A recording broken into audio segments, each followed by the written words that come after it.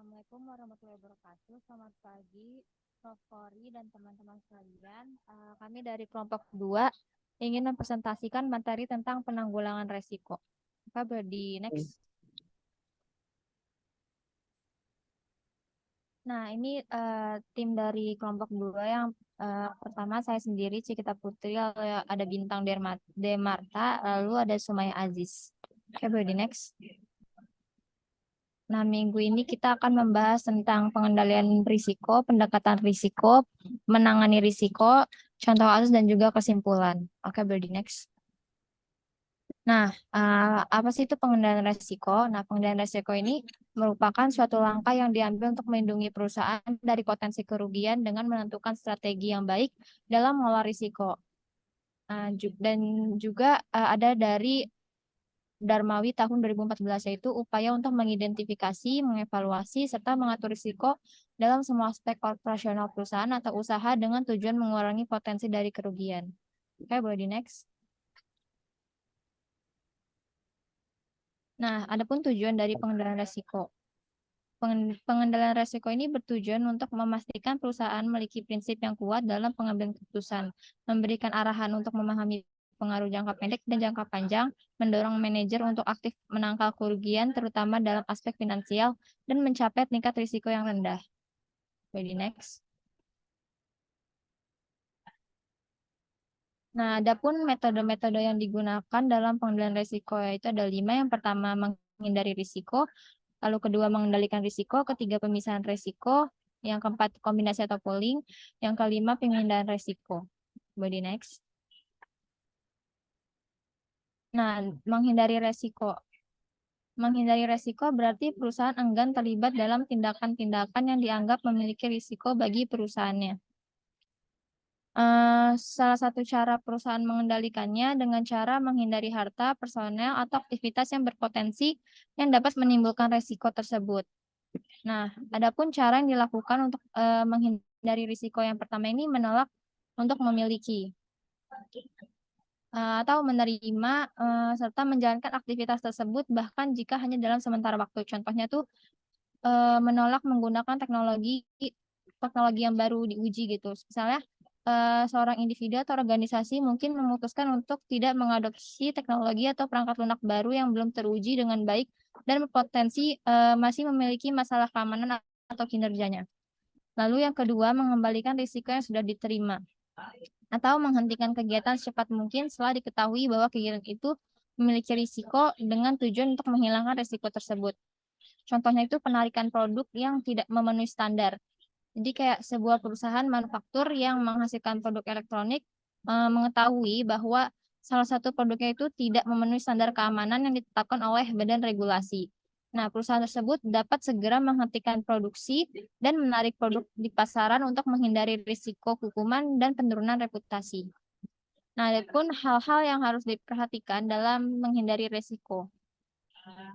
Yang pertama, semakin banyak risiko yang dihadapi, semakin sulit untuk menghindari risiko secara keseluruhan. Maksudnya tuh, misalnya, jika ingin menghindari risiko dari tanggung jawab, maka semua kegiatan harus dihentikan. Namun ini mungkin bukan pilihan yang praktis atau realistis dalam banyak situasi karena akan mengakibatkan konsekuensi yang tidak diinginkan seperti menghentikan pekerjaan atau kehidupan sehari-hari. Sebagai gantinya, pendekatan yang lebih baik adalah untuk mengidentifikasi risiko-risiko yang ada dalam tanggung jawab atau aktivitas tersebut, dan kemudian mengambil langkah-langkah untuk mengelola atau meminimalkan risiko tersebut seefisien mungkin tanpa menghentikan sepenuhnya aktivitas tersebut. Lalu yang kedua, tindakan pengendalian risiko bisa mengurangi manfaat keuntungan. Maksudnya kayak manfaat atau potensi keuntungan yang didapat dari kepemilikan aset tertentu, penggunaan karyawan tertentu, atau mengelola suatu aktivitas akan berkurang atau terancam jika tindakan pengendalian risiko dilakukan. Contohnya, misalnya jika sebuah perusahaan mengendalikan risiko keamanan data dengan ketat, hal ini mungkin membatasi akses karyawan ke data yang diperlukan untuk meningkatkan produktivitas mereka. Dalam hal ini, pengendalian risiko dapat mengancam manfaat yang mungkin diperoleh dari penggunaan data tersebut. Nah, penting untuk mencapai keseimbangan yang tepat antara pengendalian risiko dan manfaat atau keuntungan yang diinginkan. Hal ini memerlukan penilaian yang cermat untuk memastikan bahwa tindakan pengendalian risiko tidak menghambat secara berlebihan potensi keuntungan yang dapat diperoleh. Boleh di next. Nah, mengendalikan risiko. Mengendalikan risiko atau kerugian memiliki dua tujuan, yakni mengurangi peluang atau kemungkinan terjadinya kerugian dan mengurangi tingkat keparahan jika risiko kerugian benar terjadi. Nah, ada pun cara untuk mencapai dalam mengendalikan risiko. Yang pertama, pencegahan dan mengurangi risiko. Nah, ini tuh berusaha untuk menghilangkan risiko atau mengurangi kemungkinan yang terjadi dan berfokus pada upaya mengurangi tingkat kerugian jika risiko tersebut terjadi. Contohnya, melakukan pencadangan data secara rutin dapat mengurangi risiko jika data yang krusial hilang karena kerusakan perangkat kelas atau serangan cyber. Lalu yang kedua, pengurangan dan penyelamatan. Nah, itu merupakan program yang diterapkan sebelum atau pada saat terjadinya risiko. Sementara itu, program penyelamatan adalah program yang bertujuan untuk menyelamatkan barang-barang yang masih utuh setelah risiko berlangsung. Contohnya, misalnya dalam program pengurangan risiko itu, sebuah pusat perbelanjaan dapat memberikan pelatihan evakuasi kepada staf-stafnya atau karyawannya dan mengadakan simulasi untuk mengurangi risiko yang terjadi pada saat situasi yang darurat. Lalu contoh program penyelamatannya itu menyelamatkan orang yang sedang terjebak di bawah reruntuhan bangunan akibat gempa bumi. Lalu yang ketiga, pengendalian risiko atau kerugian berdasarkan faktor penyebab. Dan itu ada kaitan lagi tentang pendekatan engineering dan pendekatan hubungan kemanusiaan. Pendekatan engineering ini menitik beratkan pada faktor-faktor yang sifatnya fisik dan mekanis, misalnya seperti melakukan perbaikan pada listrik yang bermasalah karena tidak sesuai dengan standar, mengolah limbah sesuai regulasi, memperbaiki konstruksi bangunan, dan memastikan kualitas bahan yang digunakan memenuhi standar yang telah ditentukan. Lalu pada pendekatan hubungan kemanusiaan, menyoroti penyebab kecelakaan yang disebabkan oleh faktor manusia, seperti kelalaian, perilaku ceroboh, penolakan untuk menggunakan alat pengamanan yang wajib, dan aspek psikologis lainnya. Lalu yang keempat, pengendalian kerugian berdasarkan lokasi. Tindakan pengendalian kerugian atau risiko juga dapat dikategorikan berdasarkan lokasi situasi yang direncanakan untuk dikelola. Nah, Dr. Hayden ini mengungkapkan bahwa probabilitas dan tingkat kerugian yang disebabkan oleh kecelakaan lalu lintas mempengaruhi oleh faktor-faktor sebagai berikut. Yang pertama, orang yang menggunakan jalan. Nah, ini tuh mencakup perilaku mengemudi, pejalan kaki, atau pengguna jalan lainnya. Faktor-faktor seperti kesadaran, kepatuhan terhadap aturan, dan keterampilan berpengaruh pada tingkat kecelakaan. Lalu yang kedua, kendaraan. Nah, kondisi dan karakteristik kendaraan termasuk perawatan, keandalan, serta faktor keamanan seperti rem dan sabuk pengaman dapat mempengaruhi tingkat risiko dalam kecelakaan lalu lintas. Lalu ada juga lingkungan umum jalan raya yang mencakup faktor-faktor seperti rancangan, perawatan lalu lintas, dan peraturan. Dan itu semua hal dapat mempengaruhi probabilitas dan tingkat kerugian dalam kecelakaan. Nah, dengan mengidentifikasi dan memahami faktor-faktor ini, dapat diambil tindakan pengendalian risiko yang sesuai untuk mengurangi kemungkinan kecelakaan lalu lintas dan dampaknya yang timbul olehnya. Lalu yang terakhir, pengendalian risiko berdasarkan timing dan waktu. Timing atau waktu. Nah, sebelum terjadinya ini tuh ada metode yang dikategorikan. Yang pertama itu sebelum terjadinya kecelakaan. Nah, dapat berupa kegiatan yang berfokus pada pencegahan risiko, membuat SOP kerja yang sesuai dengan ISO 45001 tentang K3 dan pengawasan kondisi mesin agar dalam kondisi yang baik selama proses operasi berlangsung guna meminimalisir kemungkinan terjadinya risiko. Lalu yang kedua, pada saat kecelakaan berlangsung. Nah, ini tuh berupa kegiatan untuk meminimalisir dampak risiko yang terjadi seperti pengadaan APD yang sesuai SOP dan dapat melindungi pegawai apabila terdapat kecelakaan dengan baik serta memberikan training terkait pertolongan pertama kepada pegawai agar dapat meminimalisir dampak apabila terjadi kecelakaan. Lalu yang ketiga, setelah terjadinya kecelakaan. Nah, berupa kegiatan yang berfokus pada recovery, baik secara mental maupun fisik, pegawai apabila terdapat risiko kecelakaan kerja seperti pembiayaan pengobatan pegawai dan pemberian tenaga psikolog profesional. Nah, itu untuk menilai kondisi psikis pegawai setelah mengalami kecelakaan. Oke, boleh di next. Selanjutnya, pemisahan risiko. Pemisahan risiko merupakan tujuan tindakan atau strategi untuk mengurangi konsentrasi harta yang terkena risiko yang sama dengan cara menyebarkan aset tersebut ke berbagai lokasi yang berbeda. Nah, tujuannya ini untuk mengurangi kemungkinan terjadinya kerugian yang signifikan akibat suatu peristiwa itu sendiri. Nah, dengan demikian probabilitas kerugian menjadi lebih rendah dan juga memperkuat kapabilitas dalam meramalkan potensi kerugian jika situasi yang merugikan terjadi. Contohnya ini dalam pengelolaan proyek, terus juga menggunakan beberapa vendor atau penyedia layanan yang berbeda dapat mengurangi risiko keterlambatan atau kegagalan proyek jika salah satu vendor ini mengalami masalah. Oke, boleh di next. Lalu yang keempat ini kombinasi atau pooling. Nah, pendekatan ini bertujuan untuk meningkatkan jumlah unit exposure dalam kendali perusahaan yang berkaitan dengan tujuan membuat potensi kerugian yang mungkin terjadi menjadi lebih dapat diprediksi. Contohnya, mendapat jumlah pencarian vendor untuk penggunaan pembangunan perusahaan agar pembangunan dapat mengurangi risiko kegagalan proyek atau keterlambatan jika salah satu vendor itu mengalami masalah. Boleh di next. Nah, lalu yang terakhir pemindahan risiko. Pemindahan risiko terjadi apabila seseorang mengambil langkah-langkah untuk mengalihkan suatu pemindahan bagian atau seluruh risiko yang dihadapi kepada orang lain. Nah, adapun alasan memindahkan risiko yang pertama ini, kerugian signifikan yang tidak dapat ditangani sendiri dapat menghambat cukup besar sehingga perusahaan tidak mampu mengatasi sendiri secara mandiri. Kerugian semacam ini dapat menjadi hambatan serius dalam pencapaian tujuan perusahaan seperti pertumbuhan keuntungan atau stabilitas dan mungkin memerlukan bantuan atau strategi khusus untuk mengatasi dampaknya.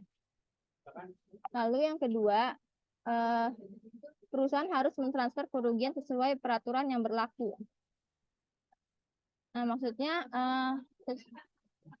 sesuai dengan hukum atau peraturan yang berlaku, perusahaan memiliki kewajiban untuk mentransfer kerugian tertentu kepada pihak lain. Nah, ini tuh berarti perusahaan harus melaksanakan langkah-langkah tertentu, seperti asuransi atau klausul kontrak khusus untuk memindahkan atau menanggung sebagian kerugian yang mungkin timbul kepada pihak lain, seperti perusahaan asuransi atau mitra bisnis. Sesuai dengan ketentuan hukum yang berlaku, hal ini tuh dapat dilakukan untuk melindungi keuangan perusahaan dan mematuhi peraturan yang mengatur pemindahan risiko dalam aktivitas bisnis mereka. Nah, adapun 3 cara yang paling efektif dalam pemindahan risiko. Yang pertama, aset yang dimiliki atau aktivitas yang terkena risiko dapat dialihkan ke pihak lain, baik melalui pernyataan yang jelas maupun melalui perjanjian kontrak atau transaksi. Nah, contohnya itu sebuah perusahaan konstruksi utama dapat memindahkan sebagian pekerjaan atau risiko kepada subkontraktor. Nah, jika subkontraktor itu tidak menyelesaikan dengan benar, risiko tersebut tetap menjadi risiko subkontraktor. Lalu yang kedua, pemindahan risiko itu sendiri. Nah, dalam hal tersebut itu, risiko terkait dengan biaya perawatan medis dan pengobatan yang dialihkan kepada perusahaan asuransi kesehatan. Jika seorang itu sakit atau memerlukan perawatan dan juga pengobatan, maka perusahaan asuransi akan menanggung sebagian atau bahkan seluruh biaya perawatan. Nah, sehingga dampak keuangan yang mungkin terjadi akibat risiko kesehatan itu bisa membaik. Nah, yang ketiga ini, transfer pembiayaan risiko dapat menghasilkan situasi di mana penerima risiko menghadapi exposure kerugian. Nah, misalnya dalam konteks asuransi, seseorang dapat mentransfer risiko kesehatannya kepada perusahaan asuransi kesehatan. Jika seorang tersebut jatuh sakit atau memerlukan perawatan medis, biaya pengobatan sebagian atau seluruhnya ditanggung jawab oleh perusahaan asuransi, sehingga pemegang asuransi tidak perlu lagi mengeluarkan biaya sendiri. Nah, dengan kata lain, risiko kesehatan telah dialihkan kepada perusahaan asuransi. Dapat menjadi strategi yang efektif dalam manajemen risiko karena membantu individu atau organisasi mengurangi dampak finansial yang mungkin timbul akibat risiko tertentu. Nah, dan sebaliknya, memindahkan sebagian atau seluruh risiko tersebut kepada pihak lain yang mampu menanganinya atau memiliki kapasitas untuk membayar kerugian tersebut. Oke, body next.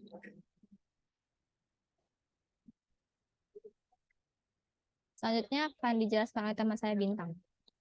Oke, baik. Selanjutnya ada pendekatan resiko, metode atau strategi yang dikenal dengan pendekatan resiko digunakan untuk mengidentifikasi, mengukur, mengevaluasi, dan mengukur resiko dalam berbagai konteks, seperti bisnis proyek atau kehidupan sehari-hari. Pendekatan ini bertujuan untuk membantu individu atau organisasi dalam mengambil keputusan yang lebih baik dan mengurangi potensi kerugian atau dampak negatif yang dapat timbul akibat risiko. Boleh di next. Berikut ada beberapa pendekatan yang umumnya digunakan dalam pengelolaan risiko. Yang pertama ada pendekatan deteksi risiko. Yang kedua ada analisis risiko pendekatan. Yang ketiga ada metodologi penilaian risiko. Yang keempat ada pendekatan pemantauan dan pengendalian risiko. Dan yang kelima ada pendekatan komunikasi risiko. Boleh di next. Ya, pada pendekatan deteksi risiko, tahap pertama dalam manajemen risiko adalah mengidentifikasi semua potensi risiko yang dapat mempengaruhi tujuan atau kegiatan. Ini melibatkan pengenalan semua faktor risiko yang mungkin dan penentuan apakah mereka bersifat interior terkait dengan organisasi atau individu, atau eksternal terkait dengan faktor di luar kendali Anda. Boleh di next. Selanjutnya ada analisis risiko pendekatan. Setelah risiko diidentifikasi, langkah selanjutnya adalah menganalisis mereka. Ini mencakup kemungkinan terjadinya risiko dan dampaknya jika terjadi.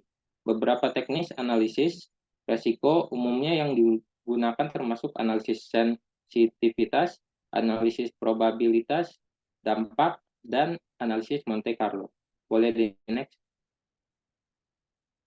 Selanjutnya ada metodologi penilaian risiko.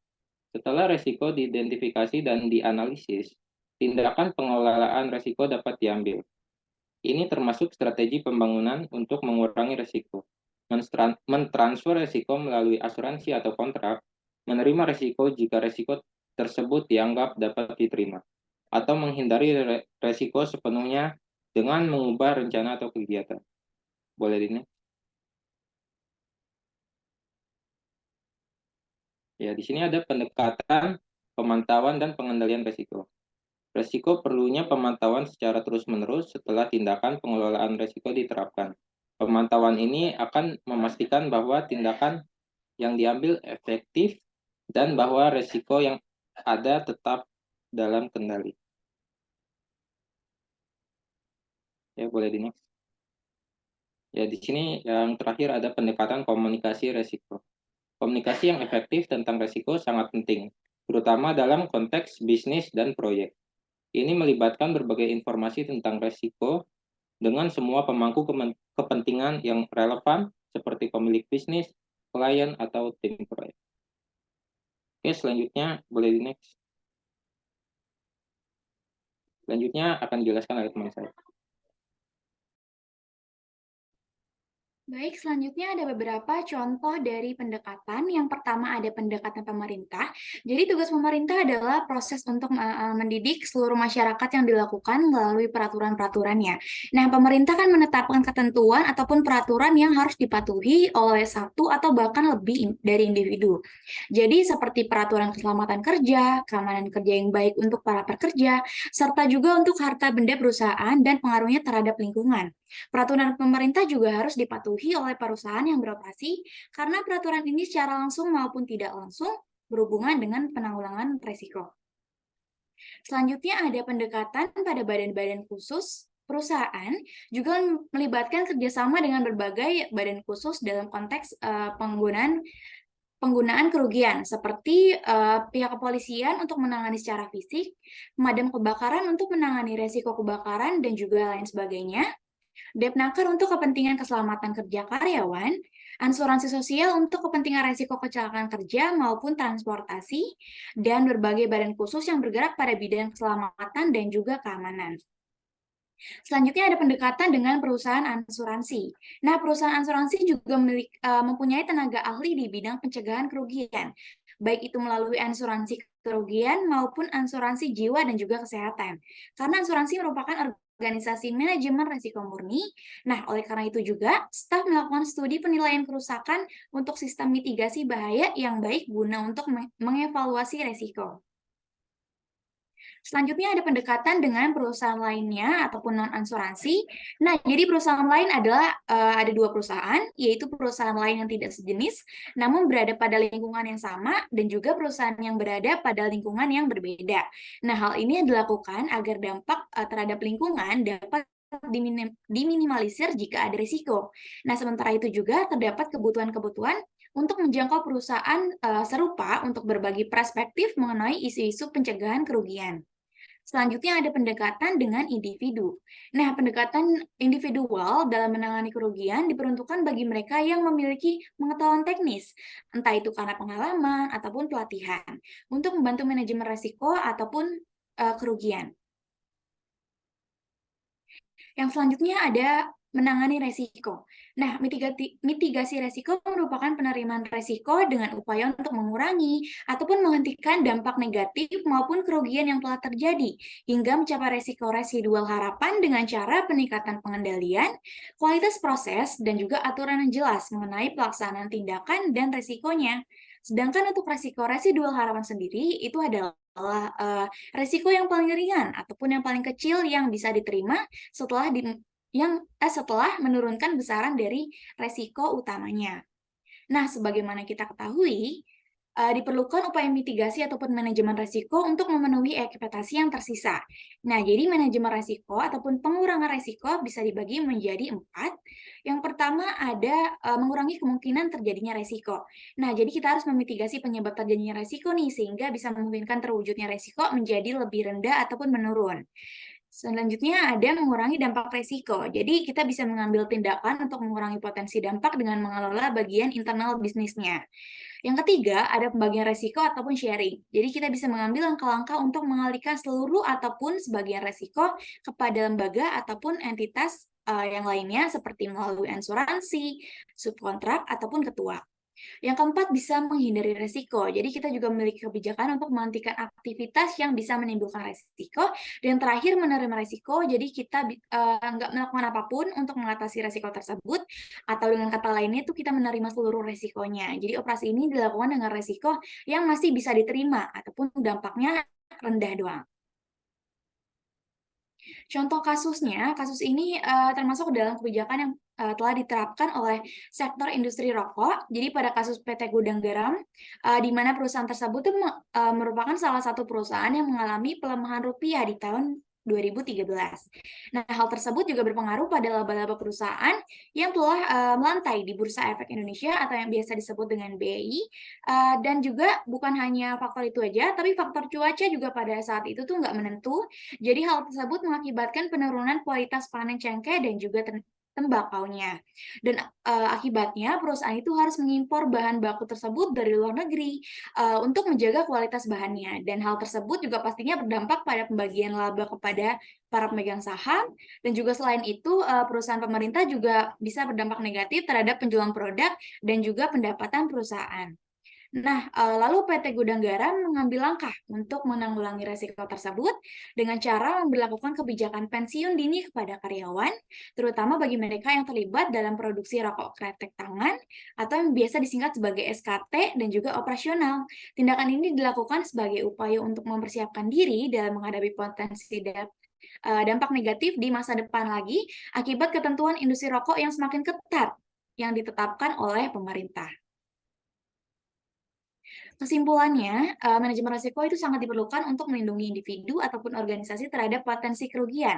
Nah, langkah-langkah penting dalam manajemen risiko diantaranya adalah seperti identifikasi risiko secara komprehensif, analisis risiko untuk mengukur probabilitas dan dampak, serta pengembangan strategi manajemen risiko yang tepat. Dan selain itu juga, pendekatan manajemen risiko yang efektif mencakup berbagai metode seperti mengurangi kemungkinan terjadinya risiko, mengurangi dampak risiko, mengisolasi risiko, mentransfer risiko, atau bahkan menerima risiko jika bisa dianggap atau dapat diterima gitu. Jadi selain itu komunikasi risiko yang efektif kepada seluruh kelompok kepentingan juga sangat penting dalam manajemen risiko ini.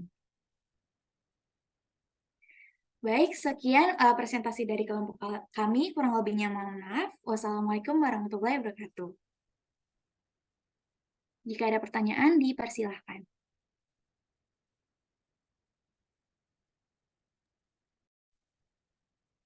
Ya, silakan bertanya ya. Buka pertanyaan, mungkin 3 dulu, nanti dibuka lagi. Baik, Bu.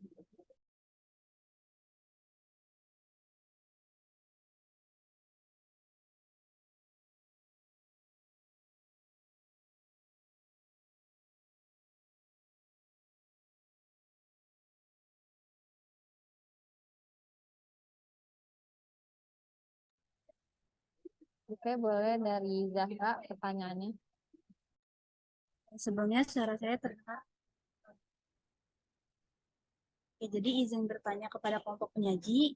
Tadi kan kelompok itu sudah menyebutkan ada beberapa strategi pemindahan resiko yang bisa kita lakukan ya. Nah, dari kelompok sendiri ada gak sih kriteria tertentu gitu yang bisa kita lakukan untuk menentukan strategi pemindahan resiko yang tepat untuk perusahaan kita sendiri? Oke, makasih Zahra atas pertanyaannya. Boleh dilanjut oleh Brilian.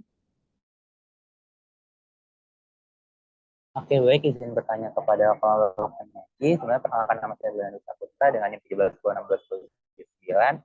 Tadi kan udah disebutkan ya oleh kelompok penyaji terkait ISO 45001 sebagai indikator suatu perusahaan dalam mengimplementasikan K3 atau keselamatan dan kesehatan kerja. Indikator apa sih yang dapat menggambarkan bahwa suatu perusahaan itu menjalankan K3 yang sesuai dengan ISO 45001 gitu. Apakah sudah jelas pertanyaannya?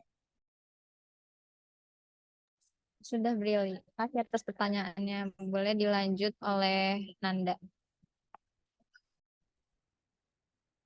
Sebelumnya apakah suara saya jelas?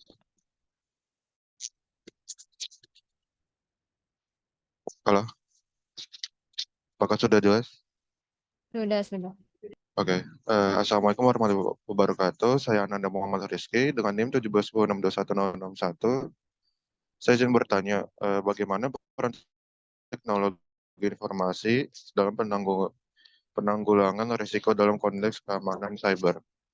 Apakah sudah jelas? Terima kasih atas pertanyaannya. Ibu izin berdiskusi ya, Bu.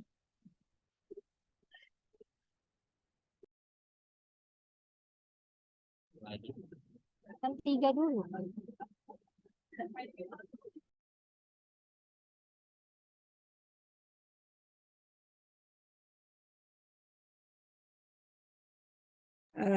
Tiga dulu, nanti kita buka lagi ya. Baik, Bu.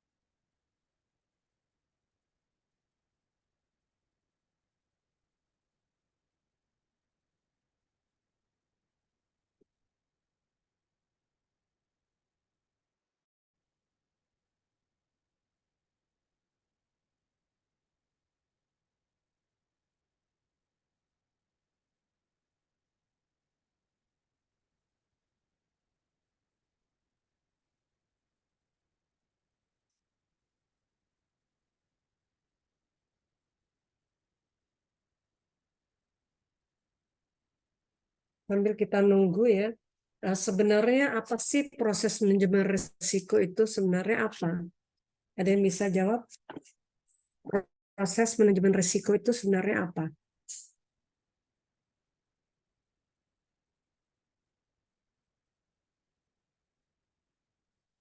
Enggak kedengeran apa suara ibunya? Terdengar, Bu. Oh, kedengeran. Ya, kira-kira apa proses manajemen risiko? Tadi kan teman kita udah memaparkan ya tentang proses manajemen risiko. Sebenarnya sih apa sih proses manajemen risiko itu? Baik, Bu, izin menjawabnya. Mungkin kalau berdasarkan yang saya pahami dari presentasi teman kemarin dan hari ini, proses manajemen resiko itu suatu proses di mana kita memanage atau mengatur resiko-resiko yang kemungkinan besar terjadi, tapi itu masih dalam tahap spekulasi, Bu. Nah, tapi kita akhirnya manajer resiko itu diminta untuk bisa mengatur baik itu cara untuk mengurangi dampak apabila resiko tersebut terjadi, mengurangi kemungkinan resiko terjadi, ataupun bahkan setelah resiko itu terjadi, bagaimana cara kita untuk memulihkan masalah yang diakibatkan oleh resiko tersebut. Mungkin seperti itu sih, Bu, yang saya tangkap Ya, dari presentasi teman-teman kemarin. ya. Artinya kan yang kita lihat itu adalah resikonya ya, proses resikonya. Nah, jadi kita harus melihat sebab suatu proses itu, sebab suatu proses itu. Apa aja sih untuk melihat sebab-sebabnya itu? Minggu lalu kan sudah ada yang mukakan juga ya, apakah perlu manajer risiko gitu ya. Kemudian bagaimana mengidentifikasi risikonya gitu ya. Kalau tidak punya manajer risiko, banyak ya pertanyaannya. Artinya dalam proses manajemen risiko ini kita haruslah mengidentifikasi risiko, ya, mengidentifikasi risiko. Kemudian ini misalnya risiko ini apa, termasuk apa dan sebagainya. Kemudian kita mengklasifikasikan risiko tersebut. Kita klasifikasi risikonya. Kemudian klasifikasi risiko itu kita peroleh ya dari informasi-informasi bagiannya ya, misalnya bagian keuangan, bagian marketing. Jadi kita bisa membuat klasifikasi dari risiko-risiko tadi. Nah, misalnya untuk klasifikasi risiko itu kerugian hak milik ya. Nah, itu bisa kerugian langsung, kerugian tidak langsung, kemudian kerugian atas pendapatan, itu termasuk klasifikasi property loss. Kemudian ada lagi klasifikasi liberty loss, yaitu kerugian karena kewajiban mengganti kerugian orang lain. Ya, ini misalnya kalau salah ada Ibu jelaskan juga ya. Misalnya pada rumah kita terbakar tapi kena toko sebelahnya. Nah, itu kita harus bertanggung jawab karena akibat dari kita, kerugian karena kewajiban mengganti kitanya. Dan ketiga, personal loss, yaitu kerugian personel. Personal loss itu adalah kerugian akibat peril yang menimpa personel atau orang-orang menjadi karyawan perusahaan tersebut. Nah, ini kita klasifikasi, selama ini property loss kita ini, liberty loss-nya ini, dan personal loss-nya juga kita harus tahu. Ya, pertama tadi jadi mengidentifikasi, mengklasifikasi ya, baru kita mengukur risiko tersebut. Nah, untuk mengukur dan menyusun strategi untuk mengolah melalui sumber daya yang tersedia, kita mengukur bisa dengan cara estimasi mass loss atau EML. Nah, ini pada perusahaan cara mengukur EML adalah dengan menyusun dan menentukan besar-besarnya risiko, misalnya site-nya apa ya, ukurannya apa gitu kan. Kemudian frekuensinya gimana? Frekuensi terjadinya kerugian tadi. Nah, kita sebut F. Sehingga untuk menghitung EML itu yaitu ukuran dikali dengan frekuensinya. Nah, jadi baru bisa kita tahu kira-kira besarnya akibat ekonomi atau kerugian terhadap kerugian atas harta milik tadi ya, kerugian karena berkurangnya pendapatan, kerugian bertambahnya biaya pengeluaran perusahaan kalau ada yang cacat ya. Nah, untuk menentukan risiko tadi, kecil besarnya site tadi, itu kita bisa lihat misalnya bencana ya. Bencananya gimana? Apakah tinggi, menengah, rendah, atau tak perlu kita perhatikan? Nah, kalau bencananya itu adalah tinggi, berarti berpengaruh sekali terhadap pencapaian tujuan.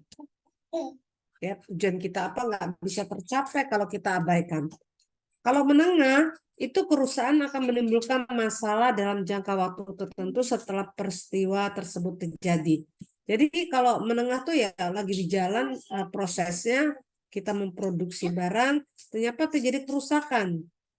Atau rendah, nilai rendah, ya kerusakan hanya menimbulkan masalah kecil dan atau kita tidak usah memperhatikan kerugian itu ya setelah kita mengukur risiko tadi.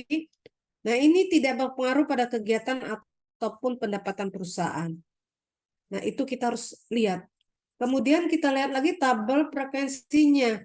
Misalnya sering terjadi, kedua acap kali terjadi, kadangkala mungkin terjadi, kemungkinan kecil terjadi.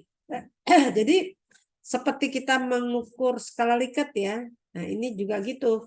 Sering terjadi, most probable. Terus probable, fair, slaying, dan improbable. Nah, kemudian kita bisa menilai tadi estimasi maksimum loss. Gimana caranya? Yaitu kita lihat, misalnya nilai atau skor besar kecil risiko misalnya 4 ya.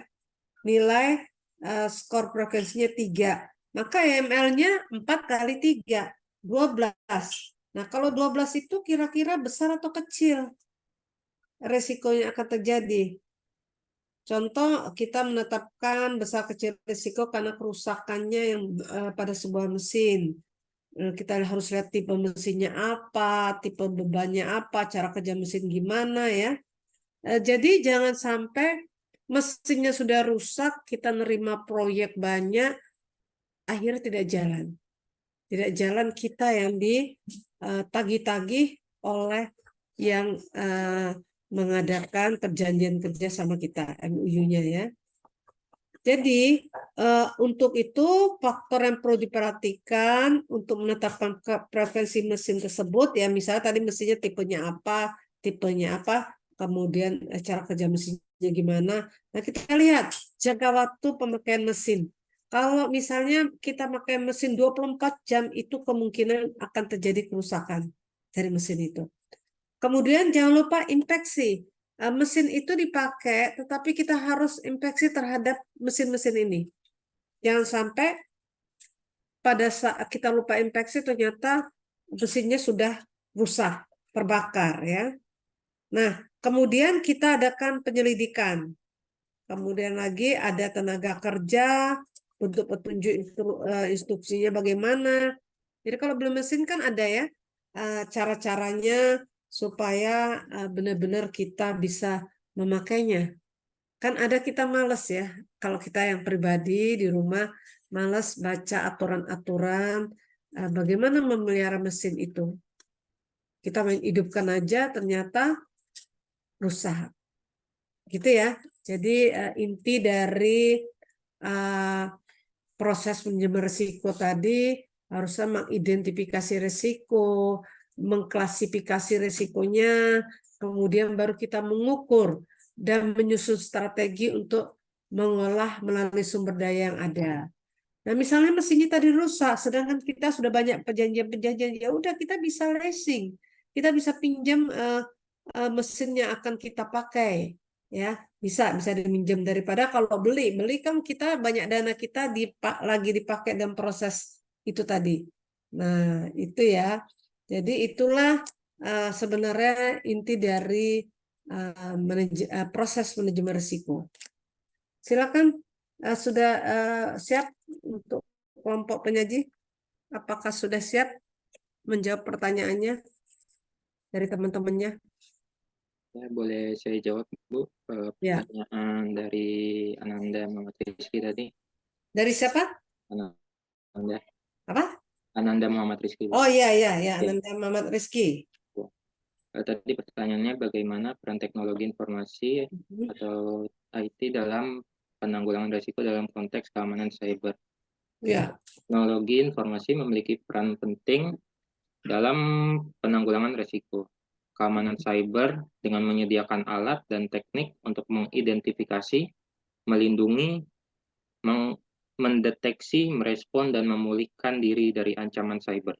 Ini mencakup penggunaan perangkat lunak keamanan, firewall, pemantauan jaringan, dan tindakan keamanan lainnya untuk mengurangi risiko keamanan cyber.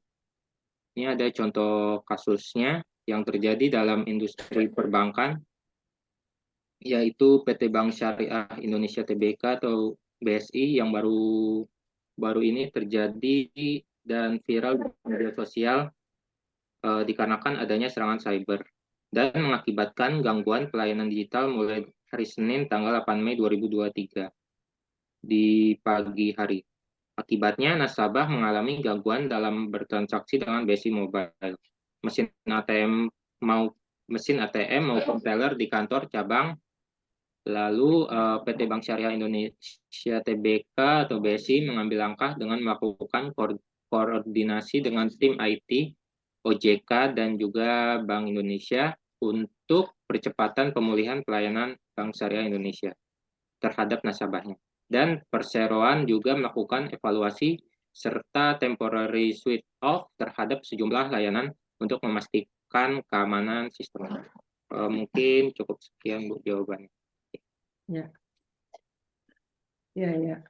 Artinya memang ada ya gangguan pastilah ya gangguan itu bukan dalam arti IT saja ya. Kalau misalnya terganggu mati lampu, nah tapi itu bisa diatasi oleh suatu perusahaan atau pabrik ya. Dia pakai apa namanya mesin pengganti gadget ya. Genset. Ada tuh kalau kita dulu EP sebelum dibongkar kayak gitu. Jadi kalau mati lampu kan dosa tidak bisa mengajar pakai dulu HP ya. HP atau TV-nya sekarang nggak bisa hidup. Liftnya mati, coba pikirin lift mati lantai 10 kalau nggak ada mesin ininya kacau. Mahasiswanya kegerahan, berjerit-jerit, kabur dari. Nah untuk itu dulu kita punya genset. Jadi kalau mati disiapkan. Jadi transaksi proses pembelajarannya tetap berjalan, gitu ya. Lanjut. Baik, saya izin menjawab pertanyaan dari Zahra yang simpulan pertanyaannya, kriteria tertentu untuk menentukan strategi pemindahan risiko yang tepat bagi perusahaan. Nah, menurut saya untuk menentukan strategi pemindahan risiko yang tepat adalah yang pertama, diidentifikasi dulu risiko apa sih yang sedang dihadapi, dan yang berdasarkan dampak dan juga kemungkinan-kemungkinannya. Terus kita bisa menyesuaikan strategi yang tepat dengan tujuan bisnis dan juga sumber dayanya. Lalu kita bisa milih strategi yang cocok nih untuk jenis resikonya. Dan setelah itu kita bisa mengevaluasi biaya dan juga manfaatnya dan melakukan pemantauan dan penyesuaian strategi secara berkala. Dan yang terakhir bisa mempertimbangkan secara hukum ataupun fleksibilitas dan juga keterlibatan pemangku kepentingan. Sekian jawaban dari saya. Ya. Jadi intinya tadi apa Sumaria diidentifikasikan dulu ya, benar? Iya Bu, diidentifikasi dulu resiko yang apa sih yang lagi dihadapi. Ya. Kalau kita memindahkan barang kan pasti ada resikonya ya. Pertama tadi resikonya kita tidak bisa memproduksi atau memakai mesin tadi. Jadi harus diperkirakan kira-kira mesin ini pada saat kita akan pindahkan dipakai atau tidak. Kalau dipakai jangan dulu, nanti membuat terlambatnya suatu perjanjian kerja kita. Ya, jadi sebenarnya ya perusahaan itu saya lihat sendiri perusahaan, mohon maaf bukan sombong ya, perusahaan kakak saya itu dia memproduksi mur-mur dikirim ke Malaysia atau kemana, mur-mur mobil, pintunya dan sebagainya, kemudian buat mereka. Jadi proyeknya gitu ya. Atau kemarin sibuk dengan cuci tangan itu loh, COVID itu perusahaan memproduksi itu. Kemudian perusahaan sekarang lagi memproduksi motor dari listrik. Nah, itu dia ikut tuh bagian. Jadi mereka tuh perusahaan-perusahaan menengah ke atas kan mendapat bagian dari perusahaan yang besar. Tetapi pembayarannya terlambat. Misalnya kita udah kirim barang udah jadi, bayar utang itu risiko bagi mereka. Sehingga kalau utang tadi dibayar oleh pemerintah ya, yang ambil alih listrik itu kan pemerintah, katakan dibayar tepat waktu, perusahaan itu akan bergerak lagi memproduksi atau mencari proyek-proyek lagi. Tapi karena ini tidak dibayar, otomatis perusahaan ini harus meminjam uang di bank dengan tanggungan bunga dan sebagainya, banyak lagi risikonya ya. Nah, itulah pengusaha harus memperhatikan, atau tadi kemarin kita katakan untung yang lebih besar tapi kredit, atau kita mau untungnya nggak begitu besar tapi cash. Nah, tapi perusahaan besar atau perusahaan menengah itu nggak punya uang cash segitu ya, namanya itu ya udahlah proyeknya terima dulu. Gimana risiko pembayarannya? Sekarang dikejar-kejar si perusahaan yang memberi proyek itu nggak bertanggung jawab, alasannya nanti motornya begini, ini begini, begini. Nah, itu pengusaha menengah ke bawah yang kita kasihanin ya. Itu karena dia tidak punya manajemen risiko. Kemarin kan ada tanya, apakah manajemen risiko itu harus ada? Nah, kalau perusahaan besar pasti ada. Kalau perusahaan menengah ke bawah ya nggak ada. Dia manajernya, dia yang memproduksinya ya. Oke, itu tambahan sedikit. Silakan pertanyaan berlian ya. Siapa yang jawab nih? Saya Bu, saya akan menjawab pertanyaan Brilian. Ya, Cikita. Tadi Brilian nanya indikator apa aja yang dapat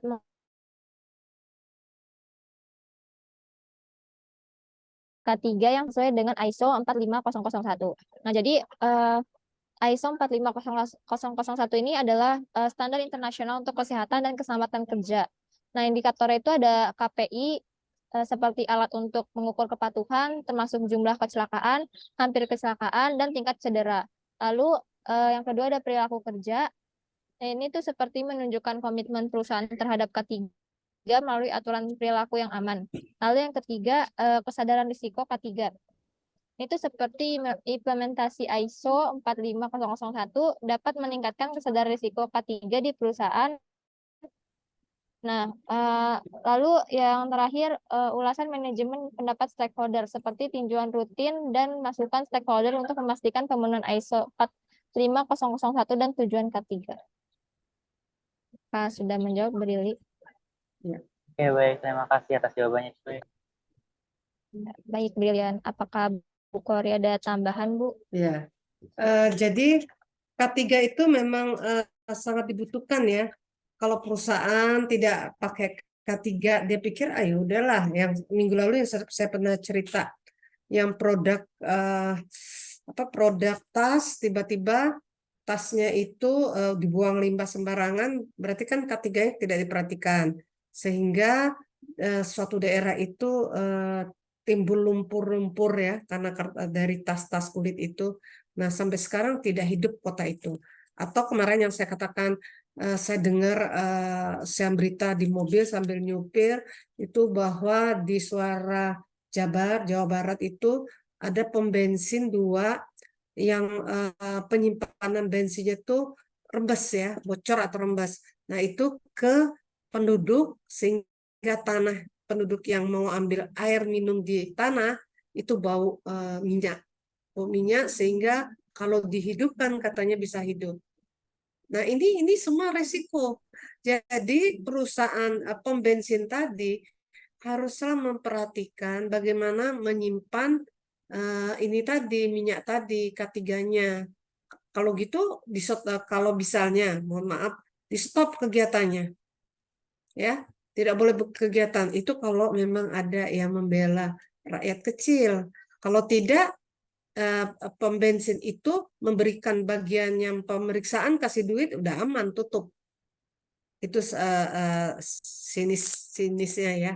Nah, artinya K3 ini sangat-sangat dibutuhkan oleh perusahaan-perusahaan yang benar-benar menjalankan keselamatan dari karyawannya.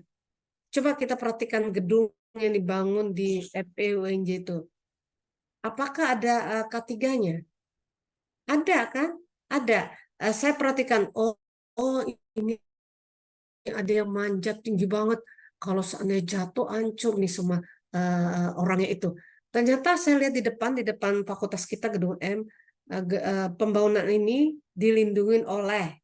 Nah, artinya ada. Kalau enggak, tidak aman ya. Itu ya, cuman perusahaan besar pasti akan memelihara tentang keselamatan kerja tadi ya. Kalau tidak, dia dituntut oleh pemerintah, disuruh memang bayar untuk keselamatan kerja tadi.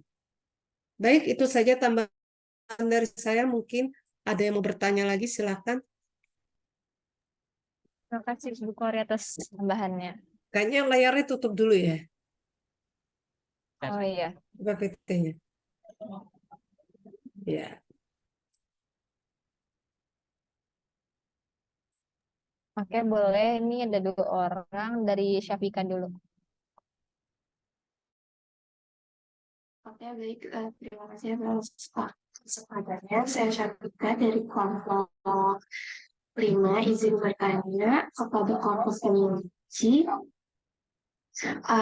Jadi, bagaimana si perusahaan itu dapat mengembangkan strategi penanggulangan risiko yang efektif? Apakah sudah jelas? Terima kasih.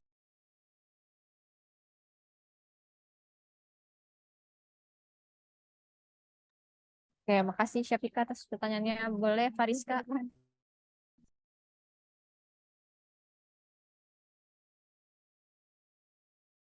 Oke, baik. Izin bertanya kepada kelompok penyaji. Tadi kan dijelaskan mengenai penanggulangan risiko. Seperti yang kita tahu, biasanya penanggulangan risiko itu kan biasanya pakai asuransi. Nah, izin bertanya, kenapa asuransi ini sering dianggap sebagai alat yang penting untuk penanggulangan risiko? Apakah sudah jelas pertanyaannya?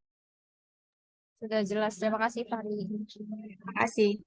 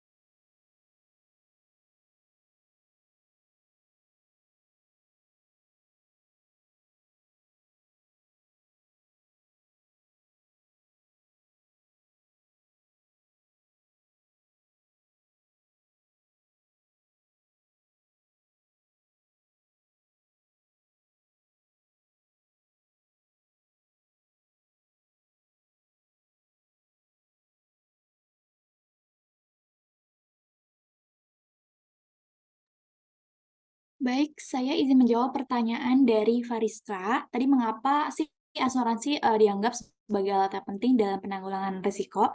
Nah, jadi asuransi seperti yang tadi ada di PPT, asuransi itu masuk ke dalam pendekatan lembaga karena asuransi merupakan alat penting dalam penanggulangan risiko karena itu bisa memberikan perlindungan finansial terhadap kerugian yang dapat timbul akibat risiko tertentu. Jadi dengan bayar premi, individu ataupun organisasi bisa mentransfer resiko kepada perusahaan asuransi itu yang akan bayar ganti rugi kalau misalkan resiko tersebut terjadi. Jadi ini membantu banget untuk melindungi keuangan dan juga memungkinkan individu ataupun organisasi buat mengatasi dampak resiko yang mungkin bisa sangat besar ataupun cukup rendah.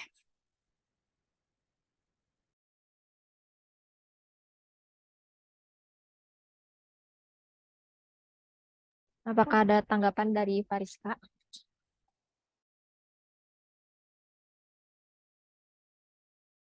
Mungkin cukup ya. Oke, baik. Terima kasih, Fariska. Selanjutnya saya akan menjawab pertanyaan dari Syafika. Tadi Syafika ini pertanyaannya hampir sama kayak Zahra ya. Kayak bagaimana perusahaan dapat mengembangkan strategi penanggulangan risiko yang efektif. Nah, itu ada langkah-langkahnya. Yang pertama itu kita harus mengidentifikasi risiko dulu. Jadi mengidentifikasi sama risiko yang mungkin mempengaruhi di sebuah perusahaan. Lalu yang kedua, kita harus mengevaluasi risiko, yaitu mengukur dampak dan probabilitas risiko tersebut. Lalu yang ketiga, kita harus memilih strategi. Nah, memilih strategi ini kita harus menentukan apakah risiko itu harus dihindari, dikendalikan, atau dipindahkan, atau juga diterima gitu. Lalu yang keempat, implementasi tindakan. Nah, melaksanakan tindakan yang diperlukan untuk mengurangi risiko. Jadi kita harus mengambil tindakan untuk mengurangi risiko tersebut. Lalu yang terakhir itu ada kita harus memonitoring dan juga merevisi. seperti kayak mengawasi risiko secara terus-menerus dan menyesuaikan strategi jika diperlukan. Selain itu, strategi penanggulangan risiko harus sesuai dengan tujuan bisnis dan sumber daya yang tersedia. Apakah ada tanggapan, Syafiqah? Oke, cukup. Terima kasih, Cerita, atas jawabannya. Oke, baik, terima kasih Syafiqah. Eh, apakah ada yang ingin bertanya lagi?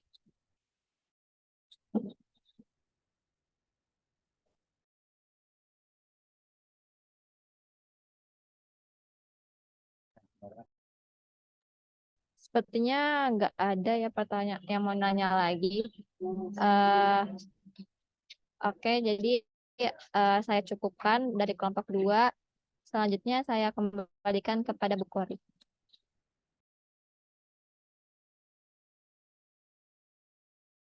Saya tanya ke Patin ya. Patin, bener nggak manggil Patin? Bahwa apa kita RPS-nya kayaknya yang lama gitu ya. Nah, saya baru kirim RPS-nya ke Patin. Bentar ya. Bisa di-share kali Patin ya. PJ Menres.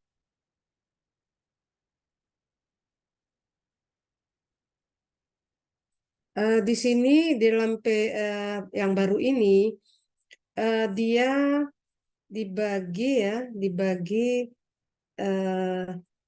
jadi 14 kelompok ya. RPS yang baru. Tapi nomor 4 dan 5 itu digabung ya. Jadi nomor 1, 2, 3, 4, 5, 6, 7, 8, 9, 10, 11, 12, 13. Coba saya share aja dulu ya.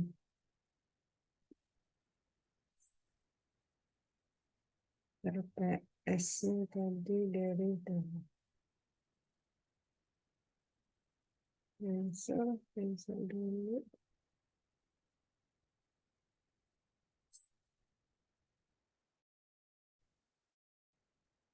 Sebentar ya, cari dulu RPS-nya.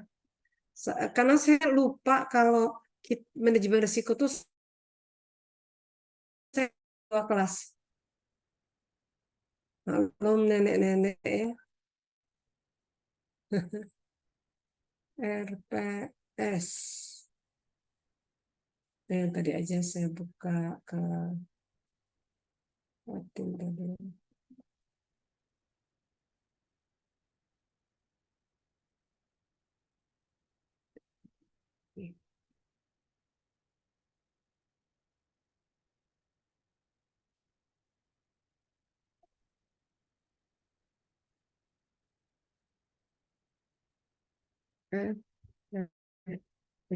Kok bisa ya?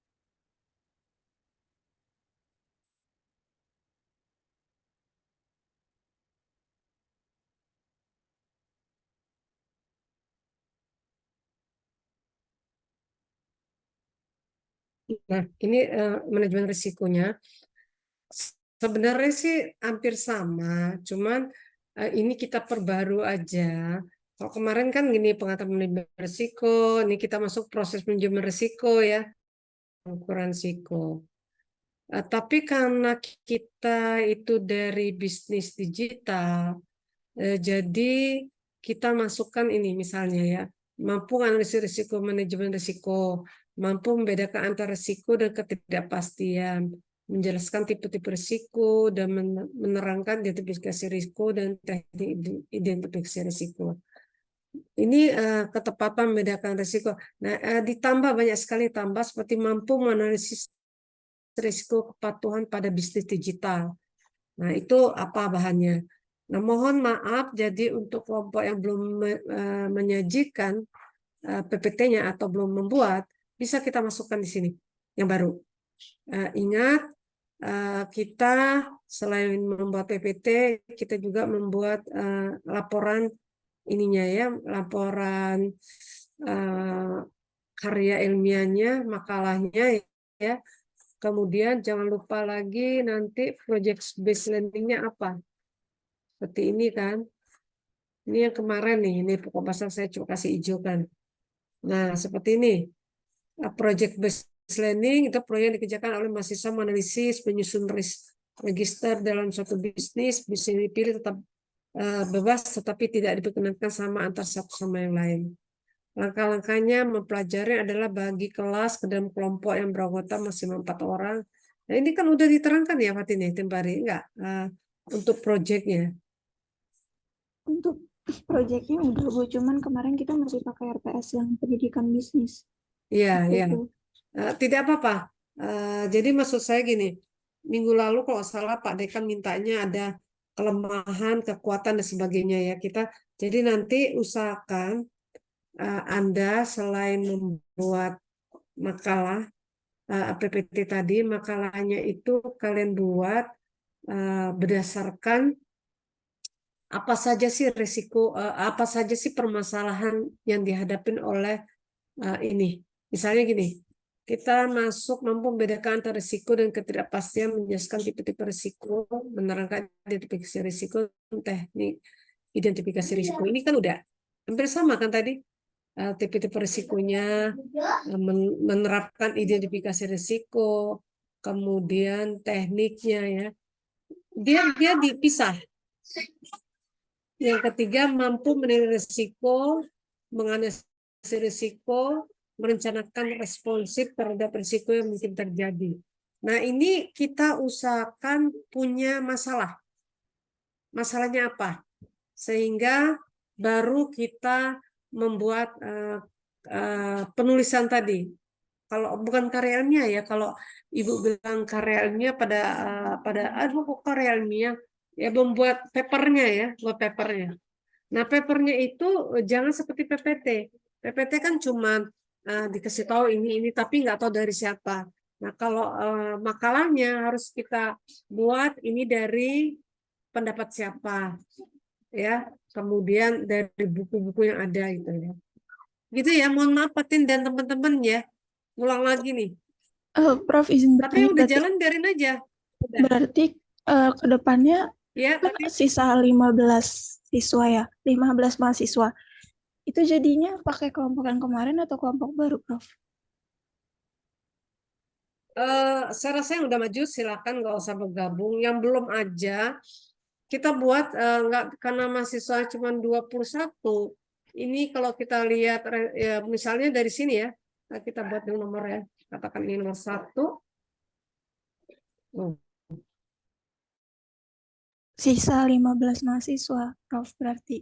Kan udah 6 yang presentasi. 1, 2, 3, 4, 5, 6, 7, 8. Nah, tapi ada yang sama nih, mampu membedakan resiko. Ini bersama nih, ini jadi 1 nih. Ya kan, sama kan? Oh, bukan mampu menilai resiko, bukan nomor berapa tadi ya? Nah, ini sama nih. Ini Patin. Sama nggak? Coba lihat ke sampingnya. Coba perhatikan sampingnya.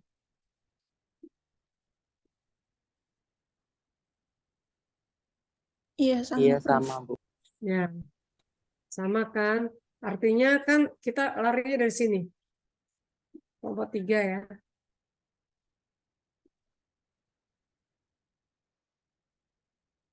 Nah, ini sama, kita 3 semuanya ya. Birukan. Nah, ini baru kelompok 4 ya. Ini laptopnya lucu soalnya nih. 4. Atau kita kasih nomor ya.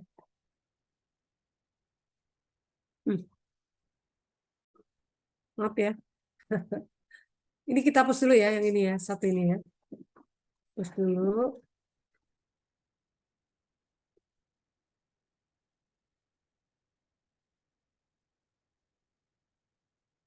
Nah, kita kasih nomor ya. Hapus dulu ini. Saya apanya komputer saya ini diganti baru, jadi dia Word-nya aja nggak ada, jadi kita harus gimana gitu ya. Kalau dulu kan kita untuk ngasih nomornya, saya suka ini aja sampai sini, kemudian saya nggak tahu nomor yang mana nih. Oh ini ada nomor.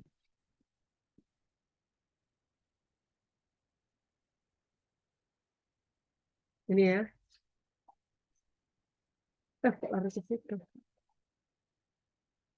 Bukan ini yang kita lihat. Ini kan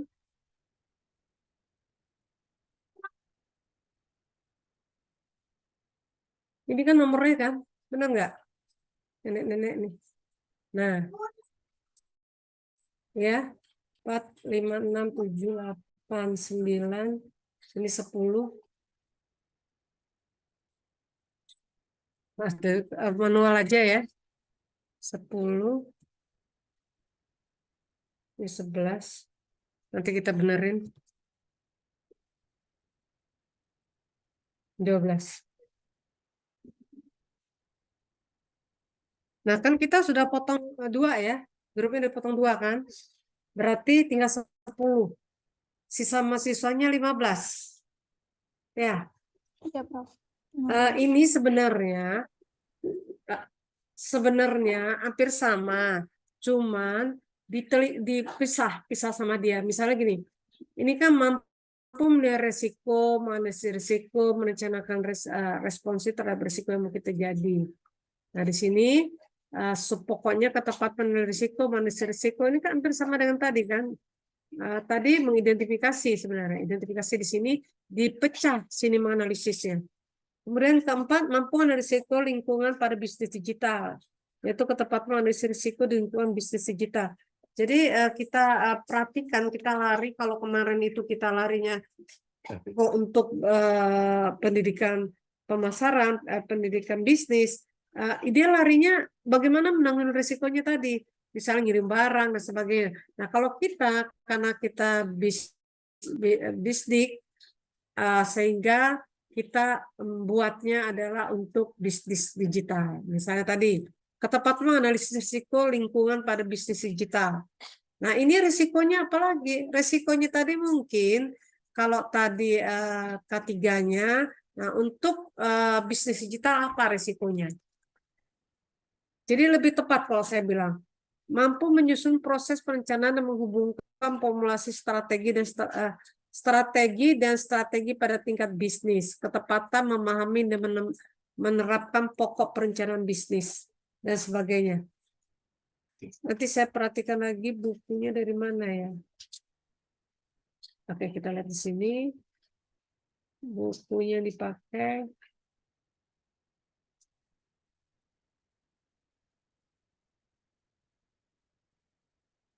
Nah, ini bukunya dia ini. Taufik Faturrahman, Iputu, Praktek Penerbitan David ini. Bisa juga diambil dari ini ya, manajemen risiko ini, mungkin Anda masukkan sedikit apa ya, sehingga citasi dari buku-buku yang saya punya itu akan meningkat ya.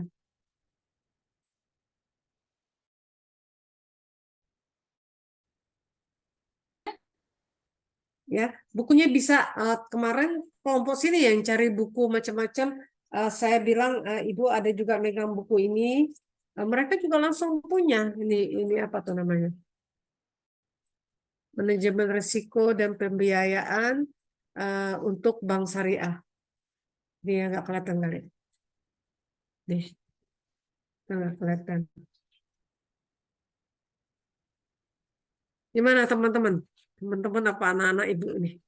Prof, izin kayaknya kalau misalnya yang tadi itu, yang materinya ada 14 itu dijadiin project based learning aja gimana Prof? Soalnya kalau dibuat kelompok baru kayak nggak mungkin, soalnya kan ada 12 ya tadi, berarti ada satu kelompok yang isinya cuma, ada kelompok yang isinya cuma 1 orang, ada yang 2 orang gitu Prof. Mahasiswanya Ya, terlalu sedikit. nggak bisa buat satu kelompok berempat karena memang kita kan cuma sedikit, hanya 21 ya.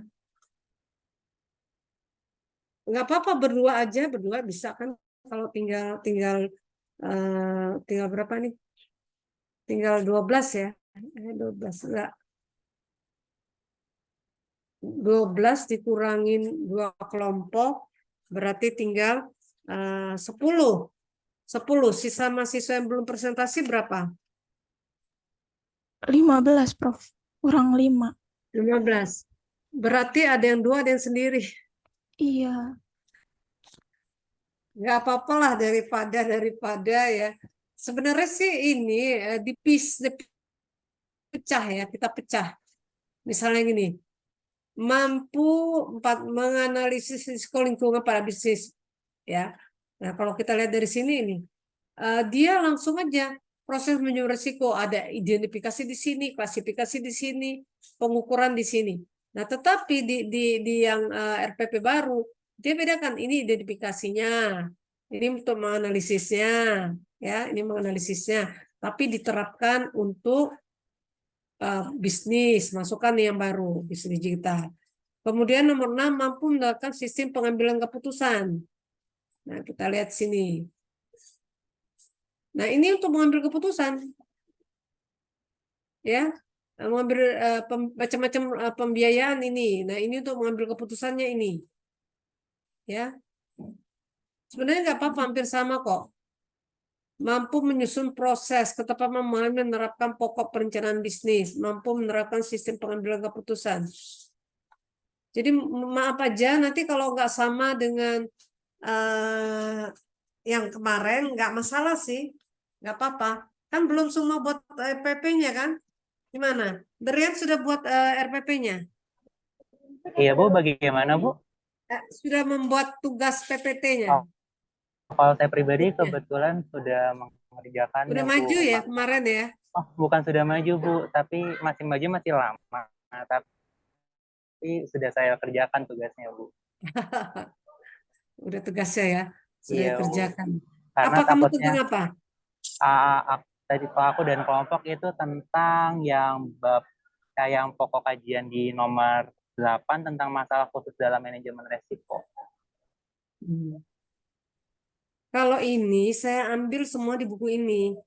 Jadi setelah kita diskusi, kita masukkan ini. Emang di Bisdik ada yang ngajar Pak Gatot ya. Pak Gatot juga minta RPP sama saya. Saya kasih RPP yang pertama ini. Terus saya bilang, Pak, mohon kita perbaikin, katanya. Tapi belum ada ini ya, masing-masing. Nanti saya coba tanya Pak Gatotnya, apakah dia memakai ini apa tidak, supaya jangan ada perbedaan, gitu ya.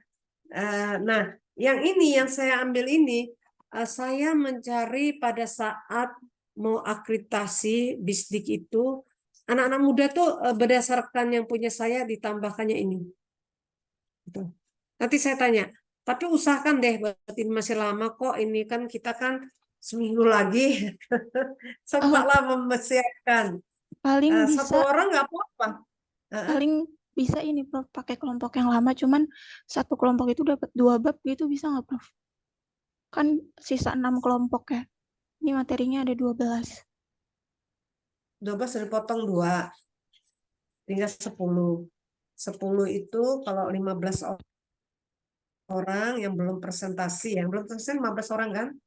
Ya, Iya. bisa kalau mau ambil 2-2 nggak masalah sih. Baik, jadi 2 kelompok, 2 orang ya. Iya, berarti minggu depan pakai pembahasan yang ini ya, Prof? Iya, silakan kalau mau bergabung berdua. Soalnya kalau memang berat kalau sendirian ya, bukan diskusi kelompok namanya, diskusi pribadi ya. Artinya ya, kita Patin bagi aja yang belum. Kira-kira ini 1-2 cocok nggak digabung. Mampu menilai risiko, menganalisis, dan merencanakan responsif terhadap risiko yang mungkin terjadi. Ini kan sebenarnya masuk sekarang, yaitu menilai risiko. Nah, mampu menganalisis risiko lingkungan. Nah, ini bisa digabung. Setelah dia lihat ini, dia lihat lagi pada perusahaan bisnis digital.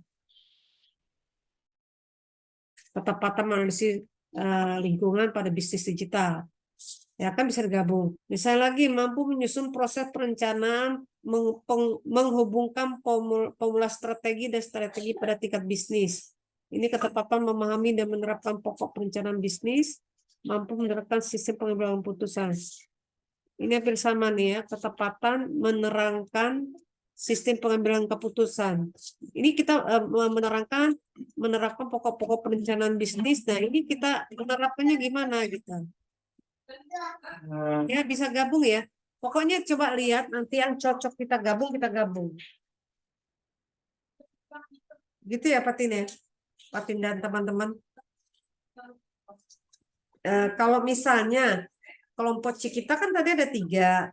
Kelompok sebelumnya ada berapa? Mau bergabung lagi silakan. Mau nggak tuh mahasiswa yang disuruh gabung lagi dengan yang lain? Enggak lah ya, kita udah capek katanya, masa digabung-gabung lagi. Oke, itu aja ya. Yang lain gimana? Saya lupa benar nge-share ke kalian. Sudah berjalan, saya baru tanya sama Patin. Udah dapat RPP nggak? Yang lama, Bu. Waduh, udah minggu ke presentasi udah minggu ketiga ya sebenarnya ya. Minggu ketiga nih. Pertama kan minggu pertama saya menerangkan RPP-nya. Oke? Gimana? Teman-teman mungkin ada yang mau nanya, langsung aja. Ya langsung aja, nggak apa-apa, kita terbuka aja. Patin. Prof, mungkin saya izin berpendapat untuk kelas ini. Kan setelah saya lihat untuk RPP yang terbaru kan itu lebih ke bagaimana cara kita menerapkan teori-teori yang udah kita pelajari ya, Bu, dari materi-materi yang mungkin dijelaskan dalam manajemen resiko. Kalau menurut pendapat saya pribadi akan lebih baik apabila kita menggunakan RPP sebelumnya, Prof. Karena itu lebih secara teoritis lebih tersusun dengan baik itu, dan juga emang kita ada landasan buku dari profesor sendiri yang mana sudah menjelaskan terkait manajemen risiko itu secara runtut. Mungkin untuk kedepannya bagi kelompok-kelompok penyaji apabila emang ingin untuk lebih mengimplementasikan ilmu bisnis digital, bisa kita masukin contoh-contoh kasus terkait perusahaan-perusahaan yang bergerak dalam bisnis digital. Jadi nanti materi-materi terkait manajemen risiko yang terdapat dalam buku Ibu Kori sendiri itu juga dapat kita implementasikan di studi kasus perusahaan-perusahaan digital. Seperti itu sih, Prof, kalau menurut saya. Jadi pokok kajiannya tetap pakai yang udah kita pakai dari RPS sebelumnya. Nah, nanti tinggal kita masukin contoh-contoh studi kasus yang emang sesuai dengan materi yang kita punya, yang dihadapkan langsung oleh perusahaan-perusahaan di bisnis digital. Ya, itu boleh juga ya. Jadi kalau masih bertahan di RPP ini, kemudian kan nanti kalian harus ke perusahaan di akhir ujian kita ya, akhir UAS-nya. Nah, kemudian tolong ditanyakan poin-poin ini, misalnya kita akan membahas tentang apa ke perusahaan itu, bagaimana di perusahaan itu menilai risiko-risikonya ya, kemudian menganalisis risikonya dan merencanakannya gimana. Boleh aja kalau kayak gitu. Tapi dia harus ke perusahaan bisnis digital ya. Karena kalau Ibu tempo hari itu adalah pemasaran itu, makanya saya pakai yang ini. Dia bagaimana menilai risiko mengirim barang ke perusahaan. Bagaimana tuh? Makanya masuklah asuransi kerugian, asuransi jiwa, asuransi kesehatan dan sebagainya. Baiklah, kalau memang mau kayak gitu nggak apa-apa, silakan aja. Yang lain setuju? Saya setuju pakai yang lama. Iya, Patin Setuju dengan duluan. pilihan. Yang lain gimana? Tetap ininya ya, apa istilahnya harus mengerjakan yang diterangkan saya minggu lalu ya. Saya bukan ini deh, terangkan minggu lalu. Betul.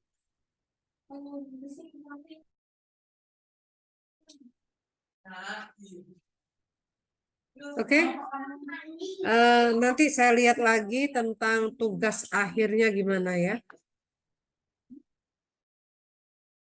Ke depan lagi persiapkan. Ya, Patin. Tutup dulu Cikita. Cikita yang habis presentasi ditutup dulu. Oke, baik, Prof. Sekian dari kelompok kami. Kurang lebihnya mohon maaf. Wassalamualaikum warahmatullahi wabarakatuh. Ya, waalaikumsalam warahmatullahi wabarakatuh.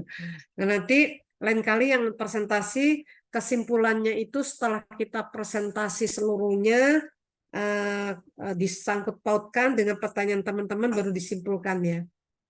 Oke, buat minggu depan. Misalnya nanti menanggulangi risiko, bagaimana mengendalikan risiko, menangani risiko. Nah, kemudian ada yang bertanya, kemudian kita tarik bahwa pertanyaan dari teman-teman tadi ini baru kita simpulkan keseluruhannya. Gitu ya? Baik. Oke? Baik. Saya akhirin ya pertemuannya ya. Ini sebenarnya saya katakan kemarin bukan 9.50 tetapi 9.40 karena 10 menitnya kita istirahat. 10 menitnya adalah untuk kita istirahat tiap satu SKS. Nih, ibu ininya aja jelek, apanya sinyalnya udah mulai jelek.